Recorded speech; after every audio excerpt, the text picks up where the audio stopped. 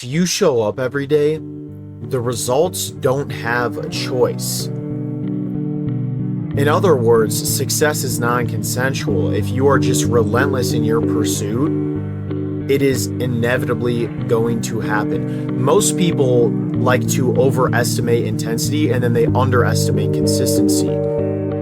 People think that success comes from huge bursts of motivation that just suddenly appear here and there, and they're so great and significant that they can just depression relentlessly pushes against you. And if you do nothing with your life, you're neutral, I think that depression will find you. So you have to fight back.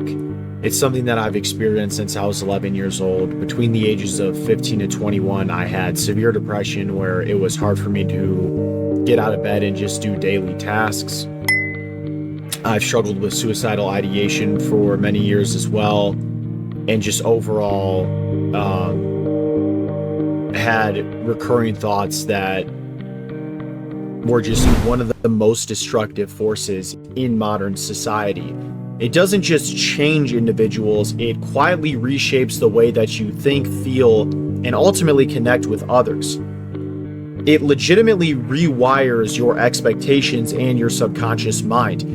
People start to develop unrealistic ideas about relationships and intimacy. Real life connection starts to feel underwhelming in comparison to the constant stimulation that you can get from your phone. And it creates a gap between fantasy and reality. Generation does not care about anything anymore. We've grown exhausted to the point of almost learned helplessness, and so that's why we pretty much don't care. Nothing feels worth caring about anymore. It's not easy, it's just that we've been disillusioned, because you're pretty much told from a young age, if you work hard and you do honest work, you're gonna have a good life. But reality is starting to kick in for a lot of us, where it's like, if you work hard, oftentimes you can barely stay afloat.